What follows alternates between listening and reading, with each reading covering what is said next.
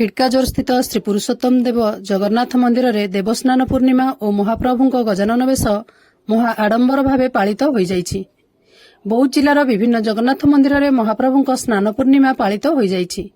एही अवसर में आज मध्याह्न 12टा सुधा हरभंगा ब्लॉक स्थित खिड़काजोर श्री पुरुषोत्तम देव जगन्नाथ मंदिर में देवस्नान पूर्णिमा और महाप्रभु गजानन बेश महा आडंबर भाव पालित हो जाइछि। आज प्रत्यहरु पूजक और मंदिर कमिटी सदस्यों मध्य यथारीति पूजार्चना पर धौलपुर महानदी घाटरू पवित्र जल मंदिर को अणा जाइथिला। परे महाप्रभु को पहंडी करी स्नान मंडप रे विजे करा जिबा परे 108 गरा सुबासित जल रे स्नान करा जाई। स्नान परे महाप्रभु गजानन बेशरे भक्त माननकु दर्शन देइथिले।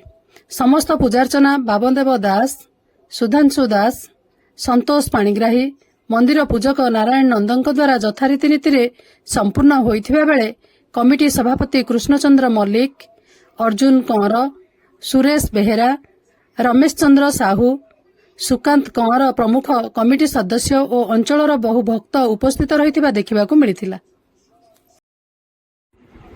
बौद्धरू बैद्यनाथ सामलଙ୍କ सहित चित्तरंजन सिंह का रिपोर्ट, मो जिला खबर।